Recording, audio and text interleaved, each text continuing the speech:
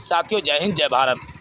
जहां एक बाजू पूरा देश स्वतंत्रता दिवस के अवसर पे झूम झूम के तिरंगा को लेके आगे बढ़ रहे हैं, वहीं मैं मलके गांव सरैनी विधानसभा तहसील लालगंज जिला रायबरेली से हमारे बीच में किसान यूनियन के प्रदेश अध्यक्ष जी हैं।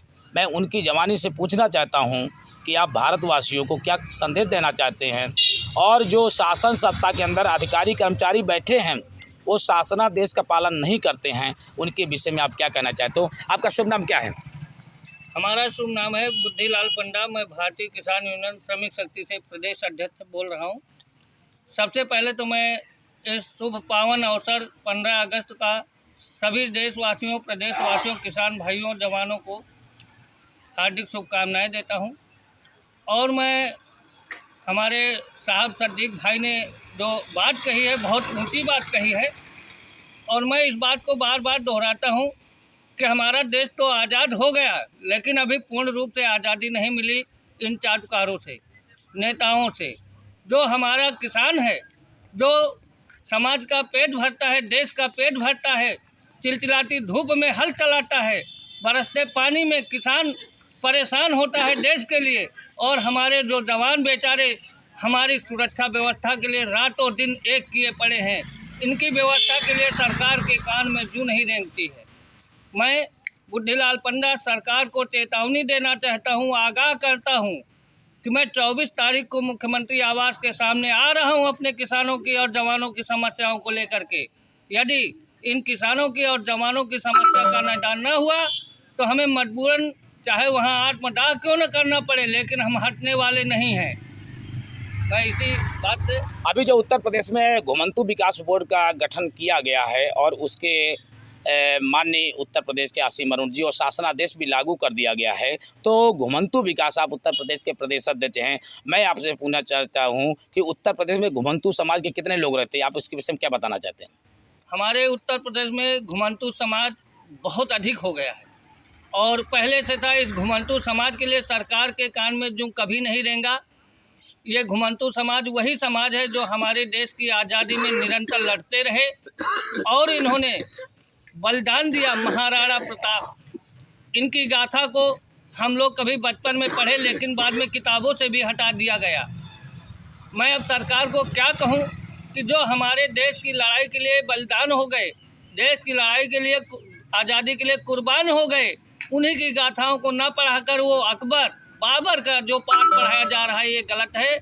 और मैं ये कहूँगा कि घुमंतू समाज जो देश के लिए अपनी कुर्बानी दिया है, इनके लिए पूर्ण सारी व्यवस्थाएं की जाए। इनका राशन कार्ड बने, आधार कार्ड बने, और इनके रहने के लिए सुरक्षित एक आवास दिया जाए, और इनके साथ साथ भोजन की व्यवस्था का भी कार्य किया जाए।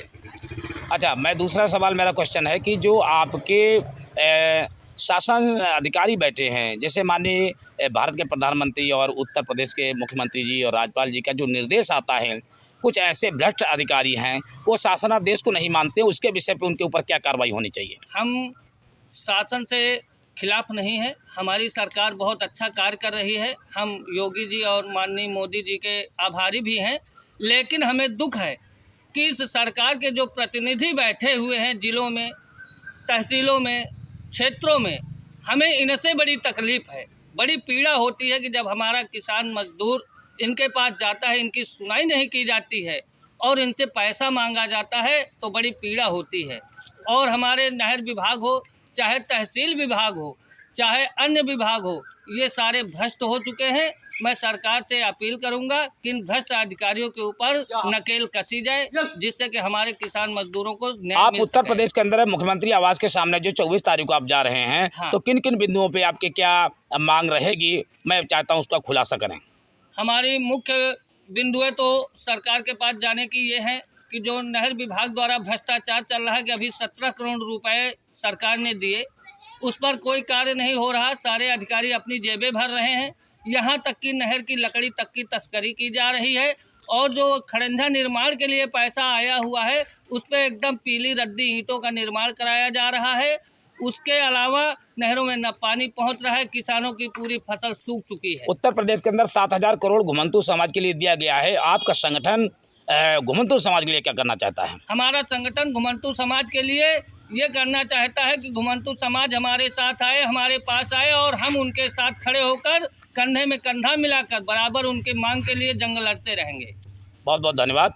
आज यहाँ देखना है कि आज 14 अगस्त है और 14 अगस्त के अवसर पर किसान यूनियन के प्रदेश अध्यक्ष बुद्धिलाल पंडा जी ने एक बहुत बड़ा बयान संपूर्ण भारत के लिए दिया है कि जो घुमंतु समाज का विकास बोर्ड बनाया गया है उसके लिए 7,000 करोड़ भी लागू किया गया है। शासनादेश आ गया, सारे डीएम के नेतृत्व में होगा। मैं चाहता हूं किसान यूनियन के माध्यम से और उत्तर प्रदेश ही नहीं संपूर्ण भारत के अंदर 38 करोड़ जो भी घुमंतु समाज के लोग हैं उन पे तत्काल संज्ञान लेना चाहिए। और 31 अगस्त के दिन जो माननीय 2 कार्यक्रम लगे हैं मुख्यमंत्री जी के नेतृत्व में मुक्ति दिवस के अवसर पर, जो हमेशा के लिए घुमंतु शब्द को दाब के इनको टिकनचो शब्द बनाया जाए। मैं क्रांतिवीर तिरंगा फाउंडेशन का संस्थापक और राष्ट्रीय अध्यक्ष, डीएनटी से राष्ट्र प्रभारी मोहम्मद सदीक तूफान। और अब भारत का एक नया तूफान होगा। सारे भारत, हिंदू मुस्लिम सिख ईसाई भारत के 4 सिपाही हैं जो स्वतंत्रता दिवस के अवसर पर इस 40 करोड़ देशवासियों को अपने तिरंगा का सम्मान करें और भारत का सम्मान करें, भारत के संविधान का सम्मान करें, भारत की एकता अखंडता को बरकरार करें। जो देश को आज़ादी दिला के चले गए हैं उनको मैं चाहता हूं उनको कुछ याद करें और अपने सच्चे भारत के लिए एक नया संकल्प लें। सशक्त भारत, मजबूत भारत। जय हिंद, जय भारत।